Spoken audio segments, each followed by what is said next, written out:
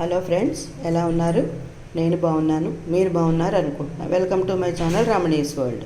నేను ఈరోజు బెండకాయ ఫ్రై చూపిస్తానండి. ఇదిగోండి కడిగి ఆరబెట్టిన బెండకాయలు అనమాట. ఇవి తరుగుతాను. దాంట్లోకి కొద్దిగా గొల్లశనగపప్పు, పుట్నాల పప్పు అంటారు కదా, అది కొద్దిగా జీలకర్ర, ఉప్పు కారం తెలిసిందే కదా. ఈ రెండు కలిపి మిక్సీ పట్టుకోవాలండి. మిక్సీ పట్టి పొడి తయారు చేసుకోవాలి.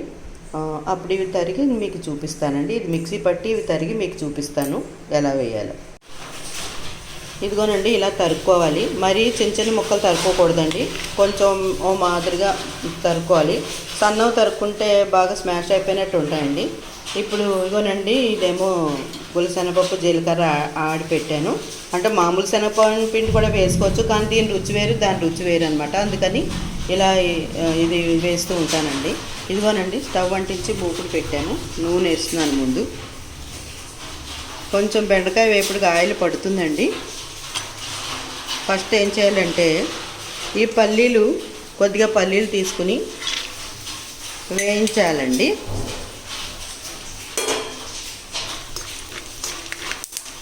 ఇలా కొంచెం వేగిన తర్వాత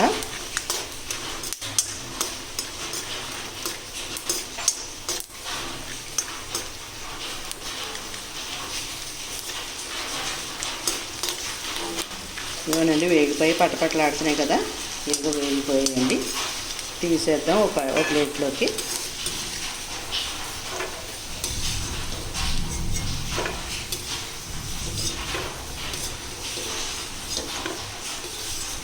ఇప్పుడు ఏం చేయాలంటే, ఈ కరివేపాకు కూడా వేసుకోవాలి.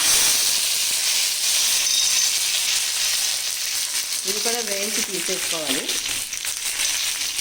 కడిగి పెట్టాను కదండి, అందుకని కొంచెం తడి మీద బర్రె మంది ఇవ్వనండి. ఇలా కాస్త వేయించేసుకుని తీసేసుకుందామండి. ఇది కూడా వేగిపోయింది.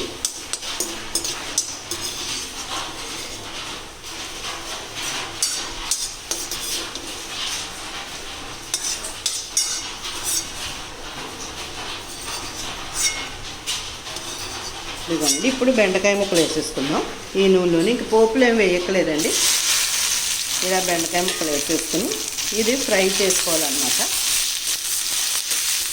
ఇలా కొంచెం మూత పెట్టేసుకుంటే ఫ్రై అవుతూ ఉంటాయండి. ఫ్రై అయ్యాక చూపిస్తాం. ఇదిగోనండి, మొత్తం వేగిపోయింది. ఇలా ఫ్రై అయిపోవాలన్నమాట. ఇలా ఫ్రై అయిపోయింది చూసారా. ఇప్పుడు దీంట్లో ఉప్పు వేస్తాను. ముందు ఉప్పు వేయకూడదండి, ఎందుకంటే ఇలా క్రిస్పీగా రాదు. ముందు ఉప్పు వేసేస్తే కొంచెం బంక అయిపోతుంది. అందుకని కొద్దిగా ముందు ఉప్పు వేయకుండా ఫ్రై చేసుకుని అప్పుడు ఉప్పు వేసుకోవాలండి. ఇదిగోనండి, కారం వేస్తున్నాను. కొద్దిగా కూరకు సరిపడా కారం అండి.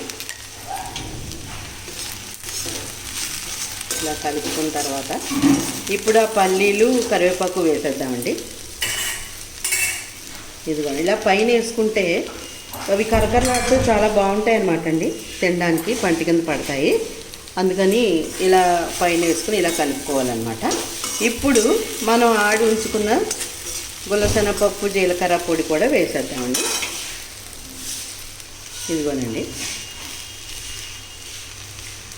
చాలండి, అంతా వేయక్కలేదు. ఇది వేరే ఇంకేమైనా కూర చేసుకున్నప్పుడు వేసుకోవచ్చండి. ఇలా వేసుకుంటే మనకేంటంటే బాగా జిగురు లేకుండా చక్కగా ఫ్రై బాగుంటుందండి. కరకరలాడుతూ ఉంటుంది, బాగుంటుంది కూడాను. కమ్మగా ఉంటుంది, గుల్లశనగపప్పు కమ్మగా ఉంటుంది కదండి. అందుకని ఇలా ఇవ్వనండి, ఫ్రై అయిపోయింది.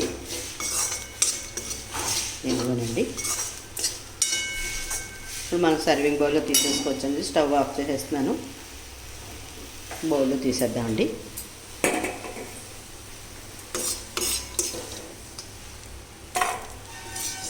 చాలా బాగుంటుందండి. పిల్లలు కూడా చాలా ఇష్టంగా తింటారు ఇలాంటి ఫ్రైలు అయితే.